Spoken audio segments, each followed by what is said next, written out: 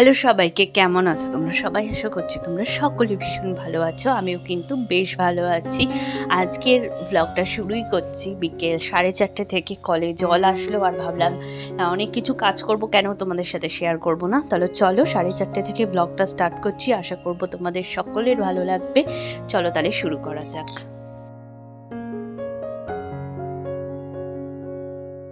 এই গরমে ফ্রিজ থেকে ঠান্ডা জল বার করে করে খেয়ে আমার গলাটা একদম বসে গেছে। যদি কোনো অসুবিধা হয় তার জন্য অনেক অনেক সরি তোমাদের জন্য। আজকের গলাটা খুব একটা ভালো নেই, প্রচণ্ড গলা ব্যথা আর ঠান্ডা লেগেছে। আর বিকেলে সেদিন ভাবলাম যে ঠাকুরের বাসনটা একটু মেজে নিই।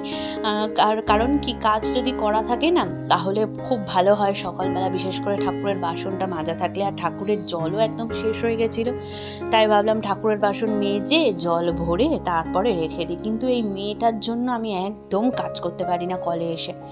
আর কলে এসেছি, ওকে বললাম তুই তাহলে গাছে জল দে মগে ভরে ভরে। আর প্রচণ্ড গরম ছিল, থাক একটু জল ধরলে কিছু হবে না ভাবলাম। দেখো ঘটি টটি মেজে জল টল ভরে রেখে এই জায়গাটা ধুয়ে নিয়ে তারপরে হচ্ছে থালাগুলোকে এখানে একটু উপুর করে দিই। প্রচণ্ড গরম তো টেনে যাবে থালাটা, তারপরে হচ্ছে ঘরে তুলে রাখবো। আর তোমরা প্রথমেই দেখলে তুলসী মন্দিরটা ধুয়ে রাখলাম। তারপর হচ্ছে অন্যান্য কাজ করব, ঠাকুরের বাসনগুলো আবার তুলে নেব একটু পরে। তারপরে হচ্ছে কাচবো, অনেক কাজ আছে। আর মাম্মাম এত জল ঘাটছে না, এখন আমার মনে হচ্ছে আমি পালাই। এখন আর মানে কাজ করা যাবে না, ও এত জল ঘাটছে, আমার ভয় লাগে। ওর প্রচণ্ড ঠান্ডার ধাঁচ আছে তো, ঠান্ডা যদি লেগে যায় প্রচণ্ড ভয় লাগে। আর সত্যি এত গরম না, আমি একদম মুখটুক একদম গরম হয়ে গেছে, তাই ভালো করে মুখটা ধুয়ে নিয়ে এবার জামা কাপড়টা ভেজাবো।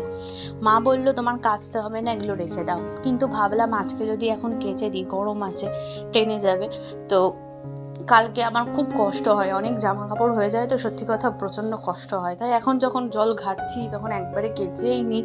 আর যতটা কাজ এঁকে রাখা যায় ততটাই ভালো হয় আর কি। তার জন্য হচ্ছে একটু ভিজিয়ে কেচে নেবো। আর 2-4টে কাপড় জামা আছে, এভাবে গরমকালে কিন্তু সন্ধ্যাবেলায় মেলে দিলে ও বিকেলে কেচে মেলে দিলেও জলটা ঝরে গেলে ঘরে মেলে দিলেও মোটামুটি শুকিয়ে যায়, অসুবিধা হয় না গরমের সময়টা। কারণ তাপ তো বেশি থাকে, শুকিয়ে যায় জামা কাপড়গুলো। তাই ভালো করে ভিজিয়ে এবার কাচবো, কেচে তারপরে মেলবো। আর তার মধ্যে মেয়েটা এত জল ঘাটাঘাটি শুরু করেছে না, কি বলবো, মানে বলারই উপায় নেই। তো চলো বসে পড়েছি কাচতে, ভালো করে কেচে টেচে নিই, দিয়ে একেবারে মেলে দেবো। আর ওর বাবারও কিছু জামা কাপড় ছিল, সেগুলোও কেচে দিলাম। আর গরমকালে বিকেলবেলায় জল ঘাটতে বেশ ভালোই লাগে, জানো তো, কাচাকাচি করতে। মেয়েটাকে ঘরে আটকে রেখে এসেছি, তো ও খুব দুষ্টামি করছিল, ওই জন্য ভাবলাম যা ঘরে থাক তুই, দিয়ে এসেছি। আর আমি এদিকে একটু কাচ্ছি, কেচে টেচে নিই, তারপরে অন্যান্য কাজ করব। আর মা ওদিকে বসে কাঠ কাটছে, কারণ কাঠও প্রায় শেষ হয়ে এসছে। এখন যদি কাঠটাট না কেটে রাখে খুব অসুবিধা হবে। তো এদিকে ঘরে চলে এলাম, ঘরে এসে এবার ঘর দুয়ারটা ভালো করে একটু গুছিয়ে নিই। দেখতেই পাচ্ছ কি অবস্থা বিছনাপাটির, সেগুলোকে একটু পরিষ্কার করব। খুব ভূমি তো আবারও ছড়াবে, কিন্তু তাও একটু আধটু একটু পরিষ্কার করে রাখার চেষ্টা করি সব সময়। আর বিছনাটা একটু গোছানো থাকলে একটু ভালো লাগে। ও তো নিচে সব ছড়িয়ে টড়িয়ে নিয়ে খেলবে, তাই এগুলোকে আর ভরবো না। আর যেই দেখছে ভরতে যাচ্ছে, ওই যে বায়না করছে নেওয়ার জন্য। তো ওর জন্য না বিছনা টিছনা গুছিয়ে রাখা যায় না। আর ও যদি খেলতে চায় আমি কখনো আবার গুছিয়ে টুছিয়ে রাখার বেশি চেষ্টাও করি না, কারণ ওকে সবসময় খেলতে দিই, বাইরেটা তো বেরিয়ে খেলতে পারে না, তার জন্য। আর আজকে এখন সমস্ত কাজ করে একদম ঘেমে গেছি, আবার একটু গাটা ধোবো ভাবছি। আর তারপরে অন্যান্য কাজ করব। এক গাদা জামা কাপড় সকালে কেচেছিলাম, সেগুলো ভাঁজ করব, জানো তো। আমি তো ভাঁজ করি না, বেশিরভাগটা আমার ননদ করে, কিন্তু ও যখন করে না তখন আমাকে করতে হয়। তখন আমার আবার একটু ভাঁজ টাজ করার একটু মানে অভ্যাসটা কম আর কি, আমি সেরকম একটা করি না। জামা কাপড় কেচে মেলেই দিই, তুলে আনে তারপরে ভাঁজ করে, এগুলো আমার ননদই করে বেশিরভাগটা। কিন্তু ও এখন করছে না, ব্লাউজ নিয়ে ব্যস্ত, ওর জন্যই আমিই করব। আর যাই, এবার জামা কাপড় নিয়ে আগে একটু স্নানটা করে আসি। আর গরমে পারছি না, সত্যি কথা এত গরম লাগছে। তো চলে আসলাম স্নান টান করে, এখনও দেখো সন্ধ্যা হয়নি, তাই ভাবলাম জামা কাপড়গুলো নিয়ে এসেছি। আর মেয়েটা ভীষণ বায়না করছে জল ঘাটার জন্য, তার জন্য ওকে বসিয়ে দিলাম। আর বাইরে এত মশা, ঘোরারও উপায় নেই, ওর জন্য আমার সাথে বসে বসে এই যে এবারে জামা কাপড় ভাঁজ করবে, আর মানে ঠিক হয়ে যাবে আস্তে আস্তে। এগুলো করতেও সবসময় খুব ভালোবাসে, ওর জন্য ওকে এই জামা কাপড় নিয়ে খেলেও অনেকক্ষণ ধরে। আর দেখো নাইটিগুলো ভালো করে, আমার নতুন কিছু কুর্তি আছে সেগুলোকে খুব সুন্দর করে ভাঁজ করে রাখবো, পার্টি দেখতেও ভালো লাগে আর পরতেও ভালো লাগে আর কি। সুন্দর করে ভাঁজ জামা কাপড় করা থাকলে না পরতেও ইচ্ছা করে আর জিনিসগুলো ভালোও থাকে। তো ওটাই করছি। আমি তো আর ভাত সেরকম করি না, খুব একটা ভালো পারি না, কিন্তু যেরকম করে করি তোমাদের সাথে শেয়ার করলাম। যার যার জামা কাপড় প্রত্যেকটা আলাদা করে দিলাম যাতে যার অসুবিধা না হয়। আমারগুলো আমি আলাদা করে নিলাম, মাদেরগুলো আলাদা করে রেখেছি, মাদের ঘরে দিয়ে আসবো, আর আমারগুলো আমার ঘরে গুছিয়ে রাখবো। কুর্তিগুলো কেচেছিলাম সেগুলোকে ভালো করে গুছিয়ে টুছিয়ে রাখলাম। বাড়ির দিকে গিয়েছিলাম, দিদির বাড়ি ঘুরতে গিয়েছিলাম, সব কুর্তিগুলো জমা ছিল, ভালো করে ধুয়ে দিলাম। আর যা জামা কাপড় আছে সুন্দর করে দেখো পাটে ভাঁজ করে রাখলাম। আর খুব একটা ভালো আমি ভাঁজ করতে পারি না, তোমাদের আগেও বললাম, তো যেমন পারি তেমন তোমাদের সাথে শেয়ার করলাম। আর খুব একটা তো আমার ভাঁজ করা হয় না, সমস্তটা ননদই করে দেয়, আর আজকে আমি করছি তাই তোমাদের সাথে শেয়ার করলাম। তো চলো, গোছানো টোছানো হয়ে গেছে, এবার যার যার জামা কাপড় তার জায়গায় রেখে দিই এবং যার যার জামা কাপড় তার ঘরে গুছিয়ে দিয়ে আসি, তাহলে কিন্তু মোটামুটি কমপ্লিট। এবার যাব আমার ঠাকুর ঘরে। সন্ধ্যা হয়ে গেছে, সন্ধ্যাবাতি দেব, ভালো করে সন্ধ্যা টন্ধ্যা দিয়ে তারপরে চা বসাবো। গরমে বাবা আর মা বললো চা খাবে না, তাই বাবা আর মার জন্য চা করবো না, আমার ননদ খাবে লাল চা, আমি খাবো দুধ চা, তাই করবো। চলো সন্ধ্যাবাতিটাকে দিয়ে নিই, তারপরে যাব তুলসী থানে, তারপরে যাব রান্নাঘরে।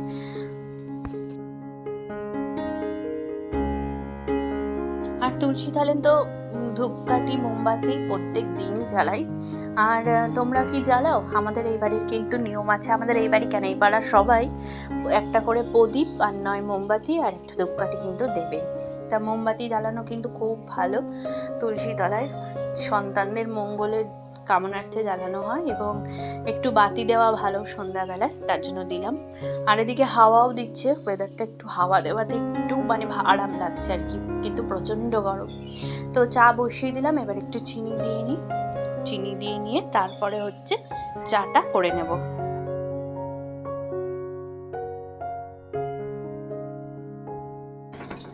চা করতে করতে দেখলাম ভূমির ওটসের মধ্যে এক গাদা পিঁপড়ে জমেছে, মানে লাল পিঁপড়ে ধরে নিয়েছে। গরমের সময় তো এখন মানে সব কিছুতেই পিঁপড়ে ধরছে, তার জন্য সেটাকে আবার মানে থালার মধ্যে রেখে তারপরে হচ্ছে সেটাকে একটু গরম করলাম, ভাজলাম ইয়েটাকে, পিঁপড়েগুলো চলে গেল, আবারও ভরে রাখলাম, মানে এক্সট্রা কাজ বাড়ানো আর কি আমার। তো হয়ে গেল, এদিকে চা হয়ে গেল, লাল চা করে ফেললাম, এবার দিয়ে আসি ননদকে, তারপরে দুধ চা করবো, তারপরে আমার জন্য নিয়ে তারপরে যাবো একটু ঘরে বসে। এই যে 4:30 থেকে 1 নাগাড়ে চলে যাচ্ছে কন্টিনিউ। তোমরা কিন্তু ভেবো না যে তোমাদেরকে দেখানোর জন্য আমি কাজগুলো করি বা কিছু, কিন্তু না, এটা কিন্তু আমার রেগুলার রুটিন। আমি কিন্তু এক্সট্রা কিছু দেখাই না, যতটুকু আমি কাজ করি ততটুকু তোমাদের সাথে শেয়ার করি। আর এই কাজে কিন্তু আমাকে হেল্প করার জন্য কেউ আসে না, এমনকি মানে ভূমিকে ধরো খাওয়াতে দেরি হয়ে যাচ্ছে, কিন্তু সন্ধ্যা দিতে দেরি হয়ে যাচ্ছে, কিন্তু সন্ধ্যাটা যে আমার বদলে অন্য কেউ দেবে তা কিন্তু না, আমাকেই দিতে হবে। সে 7:30 বাজুক 7টা বাজুক, চাও আমাকেই করতে হবে। তাই আমারগুলো আমি কন্টিনিউ করি। আমারও তো চা মানে খেতে ইচ্ছা করে, সন্ধ্যাবেলাটা খিদে পায়, কী করবো, নিজের জন্য তো করতেই হবে, নিজের জন্য করি যখন সকলের জন্যই করি। আর তোমাদের আগেও বলেছি, অনেক আগেও বলেছি যে এক্সপেকটেশন রাখি না, নিজেরটা নিজেই করার চেষ্টা করি, আর তার জন্য খারাপ ভালো লাগা এসব আর লাগে না। তাই যে যা করে সেটাই মানে করুক। আর আমি ভাতটাত ওদিকে যখন করে মা, আমিও তখন আর কি ভাতটার দিকে যাই না, তখন টিউশন পড়াই আর কি, তো ভাতটা ওগুলো মাই করে। তো রাত্রেবেলা একটু করছি হচ্ছে চিকেন পকোড়া, তো চিকেন পকোড়া দিয়ে পাতলা ডাল দিয়ে খাবো, ভালোই লাগে জানো তো, তোমরা একবার ট্রাই করে দেখো। মা রাঁধুনি ফোড়ন দিয়ে পাতলা ডাল করেছে, একটু লেবু আছে আর তার সাথে চিকেন পকোড়া আছে, এই দিয়েই হয়ে যাবে। আর আমার হাজব্যান্ড এসেছে পড়িয়ে টড়িয়ে, ও ভাজছে আর কি, তো ও ভেজে নিই, তোমাদেরকে দেখাবো কীরকম হয়েছে। আর আজকের ব্লগটা এই পর্যন্তই, কেমন লাগলো অবশ্যই কমেন্ট করে জানিও, ভালো লাগলে লাইক শেয়ার সাবস্ক্রাইব করতে ভুলো না। তোমরা ব্লগটা দেখছো তার জন্য অসংখ্য ধন্যবাদ। আর একজন দিদিভাই আমাকে, সুদীপ্তা যার নাম, তিনি কমেন্ট করেছিলেন যে আমার খাটের কথা বলছিল মেবি, তো খাটটা আমি আমাদের লোকাল মার্কেট থেকেই নিয়েছি, আর হচ্ছে ওটার দাম হচ্ছে 38,000 ছিল, অনেক মানে 20% ছাড় বা কিছু ছাড় দিয়ে আমরা 35,000-এর মতো পড়েছিল। তো এই হচ্ছে আমার খাট আর খাটের দাম। তো এই যে হচ্ছে পকোড়া, কেমন হয়েছে জানিও, আর ভালো লাগলে লাইক শেয়ার সাবস্ক্রাইব করতে ভুলো না। তোমরা ভালো থেকো, সুস্থ থেকো, তাড়াতাড়ি দেখা হবে।